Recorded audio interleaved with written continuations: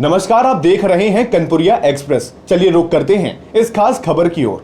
दिल्ली के उपराज्यपाल वीके सक्सेना ने यमुना में प्रदूषण के लिए दिल्ली सरकार को जिम्मेदार ठहराया है। कहा, एनजीटी के निर्देश पर जनवरी 2023 में उनकी देखरेख में यमुना की सफाई शुरू हुई थी। तत्कालीन मुख्यमंत्री अरविंद केजरीवाल को लगा कि उन्हें इसका श्रेय नहीं मिलेगा, इसलिए 6 माह बाद सुप्रीम कोर्ट जाकर इस काम पर रोक लगवा दिया।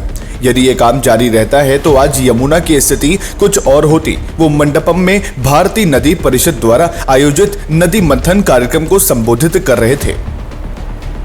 उन्होंने कहा, नदी का वर्तमान स्वरूप चिंता की बात है। यमुना से उनका बचपन से लगाव है। दिल्ली का उपराज्यपाल बनने के बाद फिर से इसके नजदीक आने का अवसर मिला। यमुना को साफ करने की जिम्मेदारी दिल्ली सरकार की है। उपराज्यपाल का इसका सीधा दायित्व नहीं होता है। उन्होंने जून 2022 में नजफगढ़ ड्रेन की सफाई शुरू की, क्योंकि यमुना में 74% प्रदूषण इससे होता है। यमुना की सफाई चुनौतीपूर्ण कार्य है। 23 वर्षों तक सुप्रीम कोर्ट और 7 वर्षों से एनजीटी की निगरानी में ये काम किया गया, लेकिन स्थिति में बहुत सुधार नहीं हुआ। जनवरी 2023 में एनजीटी के निर्देश के बाद उनके नेतृत्व में यमुना की सफाई शुरू हुई। 6 माह में लगभग 11 किलोमीटर के क्षेत्र में सफाई कार्य हुआ।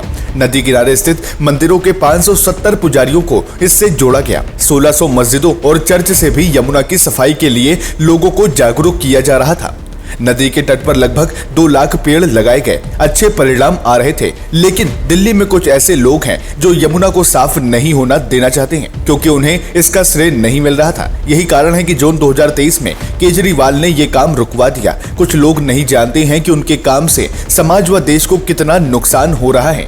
उन्होंने कहा, नदी एक दिन में साफ नहीं होती, इसमें कई वर्ष लगते हैं। कई दिशा में भारतीय नदी परिषद ने अच्छी शुरुआत की है। प्रधानमंत्री नदियों को स्वच्छ व अविरल बनाने को लेकर काम कर रहे हैं। आम नागरिक को भी अपना योगदान देना होगा।